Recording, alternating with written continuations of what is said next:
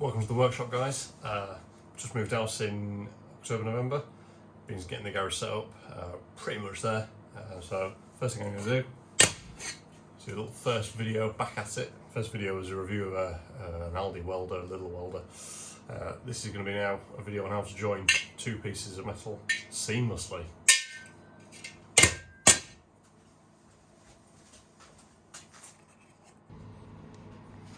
So first thing you want to do is make sure you're on a nice flat surface. Okay, I've just got some sheet steel here. I've screwed it in, countersunk with screws. Also tack welded them all the way along every now and again, just for aiding in conductivity. So that's nice and flat. It doesn't look very flat, but it pretty much is. This is what I call the setting stage. So make sure your metal's nice and clean, hasn't got any raised edges. Careful not to cut yourself, done that a couple of times. And then just feel it with your hand. It's all the, people talk about needing expensive tools and this, that, and the other. A lot of the things I do are by feel, and that probably shows in the workmanship. I'd like to think not. So again, no raised edges, just checking for burrs, anything that's sort of raised up that's going to set the piece off from the centre. So it's nice and clean. Get them married up as best you can. Now, they're not going to be married up permanently, as in sort of touching permanently when we start, because we're going to need a little gap for the weld to actually penetrate into.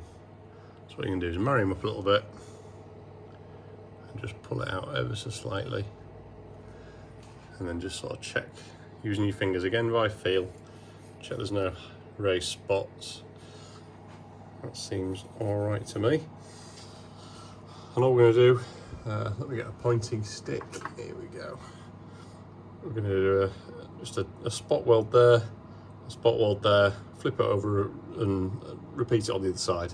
They're going to be done pretty quickly, because as you put in heat into the metal, it will deform slightly, which we don't want. We want that to stay nice and level and flat. You can see there, using the accuracy of a HB pencil there. So yeah, spot, flip it over, spot. Let's go. Now, before we start, one of the things I've done here as well. So this is your sort of live end. You've also got your negative end on the welder. I've created a sort of an earthing point, if you like. It's directly connected to this. Because if you were going to put this clamp on here to complete the circuit, you would have, it would be sort of rocking around and swinging about, all that sort of thing. So, using good old-fashioned conductivity, it's good on there. It's going to go through the metal to the piece here, providing it's got a nice sort of good bond to the surface. I mean, when I say that, I mean no bits of rubbish and sawdust, etc., etc. Because earthing is key to a good earth. Nice clean metal. Right, let's make a start. Right, so here's our metal. Like I say, we're not gonna have them touching. We want them a sort of hair's width apart.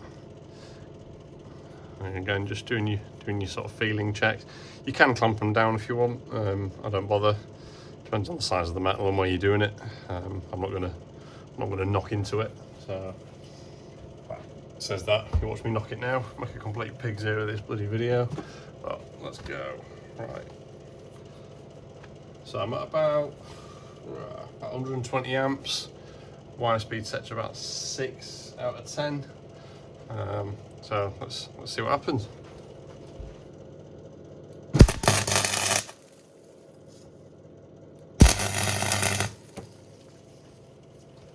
I'll quickly flick it over. And repeat.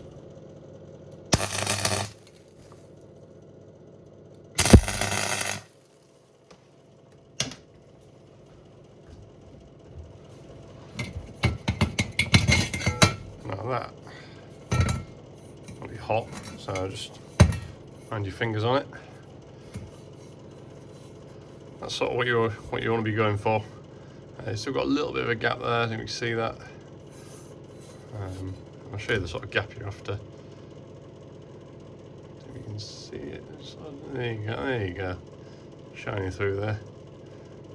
So that's the sort of thing you want, and that gives you options for the metal to actually sit in the weld rather than just on top, and give you much better penetration. Penetration is key, apparently.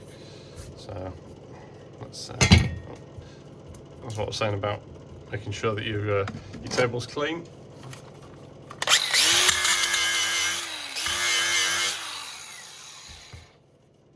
Sorted.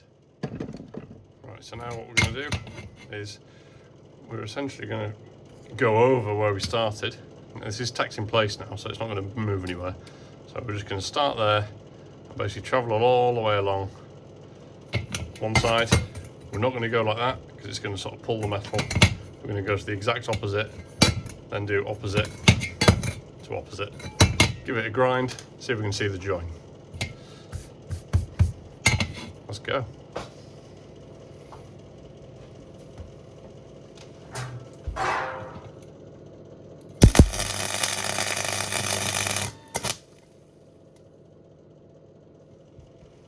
Classic. There we go. Blow a hole in it.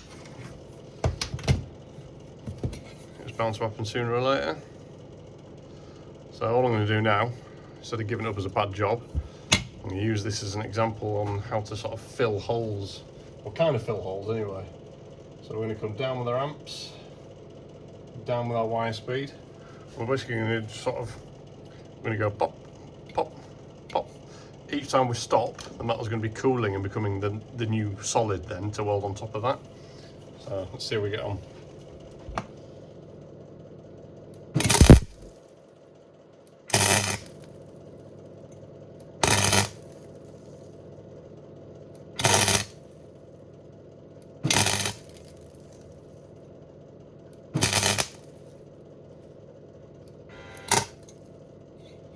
Make sure it doesn't go in the hole.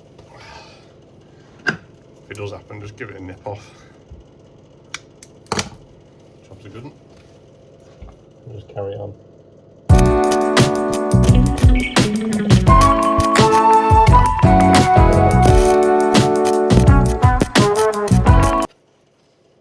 There we go. So he says sort of seamless.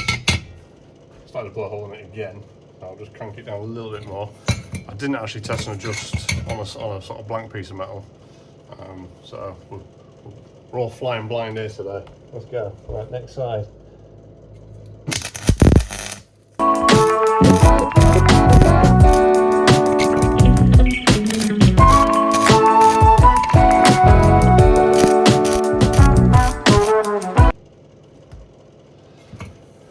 So that's us joined all the way around. Not the tidiest of welds, but it is a flux-cored MIG welder from Aldi for $49.99, made by Parkside. Really like Parkside stuff. Sam and I have got a few Parkside bits for just getting the job done. It's, you know, no frills. Just be careful when you're putting your batteries down near anything hot. You don't want to become a statistic of such a strange death. Right, here we go. So bring them together, zero them. Find a clean edge. It's about as clean as you're gonna get. You should feel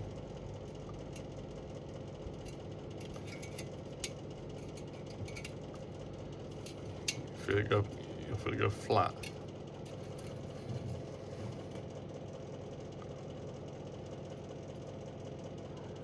And it's actually flat on the metal. I know this can't be 1.6. 1.5, 1.57. So yeah, so that's welding 1.5 mil / 2 mil thick steel. So I'll give this a grind down, see what we're left with. Right, so here it is in Old Faithful, the old record vise. Never let me down. I found this in a skip actually. Joking apart. Somebody just throwing it away. Attached to a workbench. So one man's rubbish is another man's treasure. I think they threw it away because the the quick release wasn't functioning. But if they'd taken it off the workbench and turned it upside down, they'd have found that there was a bolt missing. So anyway, works out for me, not them. So let's have a look. So we're going to go with a 60 grit sort of flap wheel. These aren't the best, but we got an absolute shed load of them for I think 10 quid off eBay.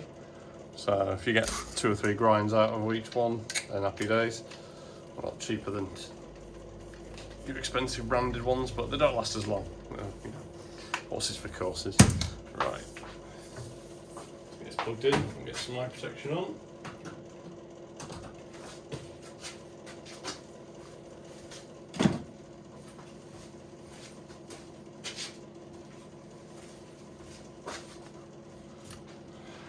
Sorry in advance if you're listening to this on headphones, but not my fault.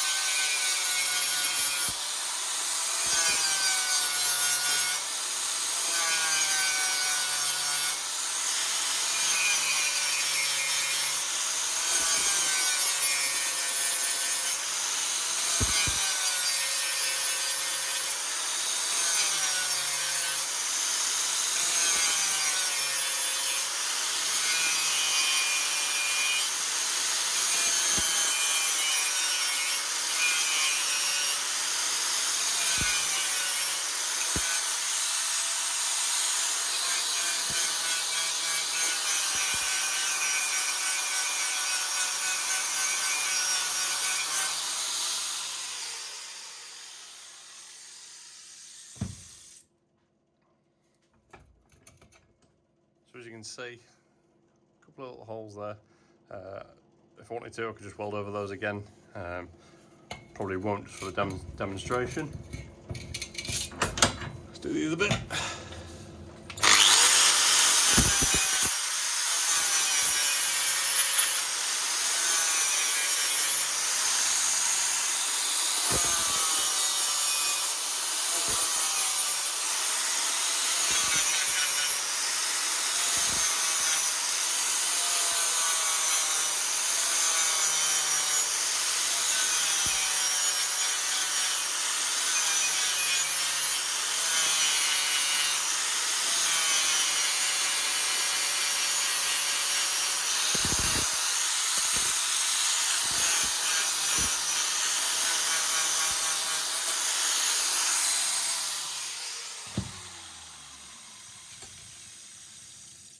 That was a lot better.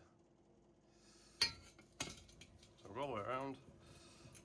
I'll probably speed this up in post if I can find the button on iMovie and how to do it, but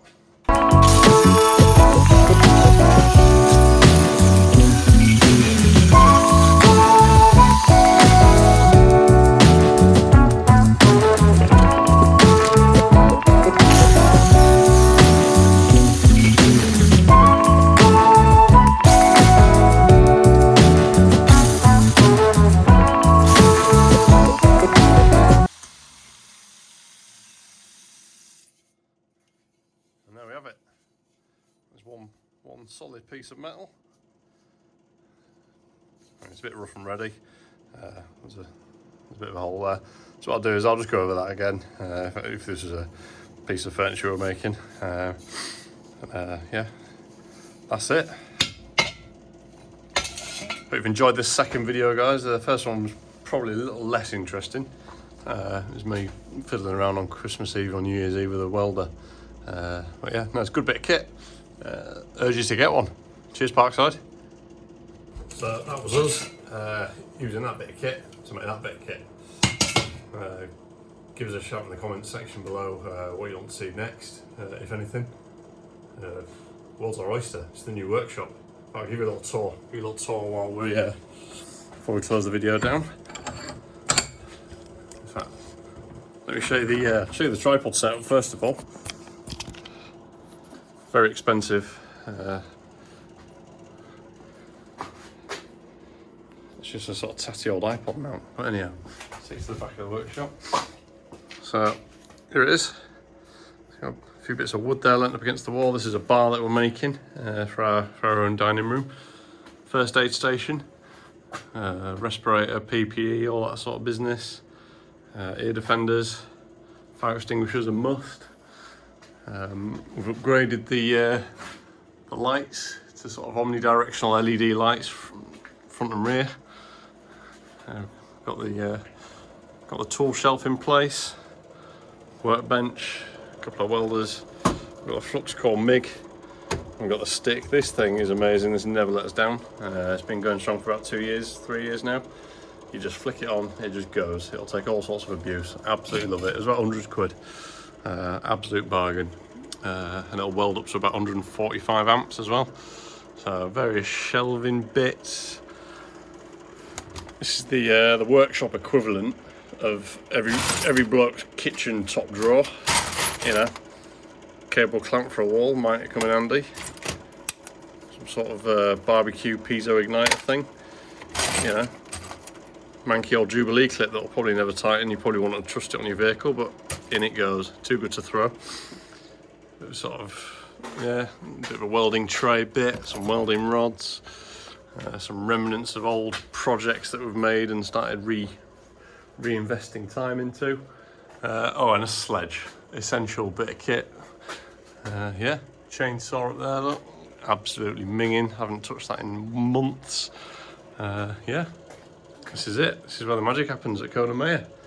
Well, guys, if you're not already subscribed, give us a subscribe if you want. Not bothered if you don't. I completely understand. Some bloke wandering around his shed with his iPhone, probably not the most engaging footage. There's plenty of better stuff out there. We enjoy just sort of sharing bits and pieces that we do with you guys. Take it easy.